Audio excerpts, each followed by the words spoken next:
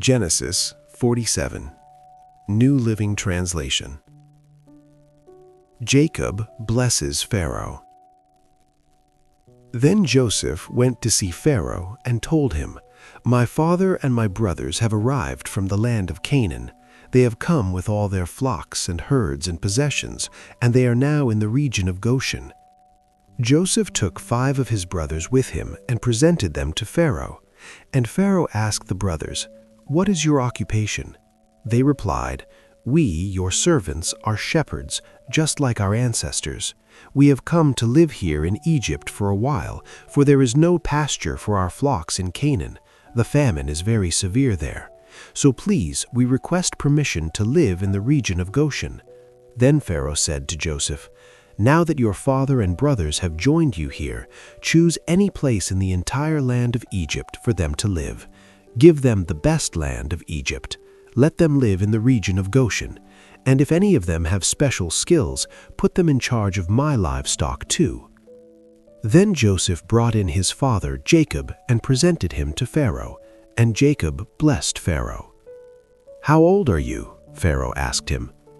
Jacob replied, "I have traveled this earth for 130 hard years, but my life has been short compared to the lives of my ancestors." Then Jacob blessed Pharaoh again before leaving his court.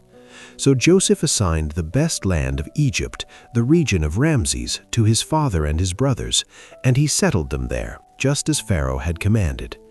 And Joseph provided food for his father and his brothers in amounts appropriate to the number of their dependents, including the smallest children. Joseph's leadership in the famine. Meanwhile, the famine became so severe that all the food was used up, and people were starving throughout the lands of Egypt and Canaan. By selling grain to the people, Joseph eventually collected all the money in Egypt and Canaan, and he put the money in Pharaoh's treasury. When the people of Egypt and Canaan ran out of money, all the Egyptians came to Joseph. "Our money is gone," they cried, "but please give us food, or we will die before your very eyes." Joseph replied, "Since your money is gone, bring me your livestock. I will give you food in exchange for your livestock." So they brought their livestock to Joseph in exchange for food. In exchange for their horses, flocks of sheep and goats, herds of cattle and donkeys, Joseph provided them with food for another year. But that year ended, and the next year they came again and said, "We cannot hide the truth from you, my lord. Our money is gone, and all our livestock and cattle are yours. We have nothing left to give but our bodies and our land. Why should we die before your very eyes? Buy us and our land in exchange for food. We offer our land and ourselves as slaves for Pharaoh. Just give us grain so we may live and not die, and so the land does not become empty and desolate." So Joseph bought all the land of Egypt for Pharaoh. All the Egyptians sold him their fields because the famine was so severe, and soon all the land belonged to Pharaoh. As for the people, he made them all slaves from one end of Egypt to the other. The only land he did not buy was the land belonging to the priests. They received an allotment of food directly from Pharaoh, so they didn't need to sell their land. Then Joseph said to the people, "Look, today I have bought you and your land for Pharaoh. I will provide you with seed so you can plant the fields. Then when you harvest it, 1/5 of your crop will belong to Pharaoh. You may keep the remaining 4/5 as seed for your fields and as food for you, your households, and your little ones." "You have saved our lives," they exclaimed. "May it please you, my lord, to let us be Pharaoh's servants."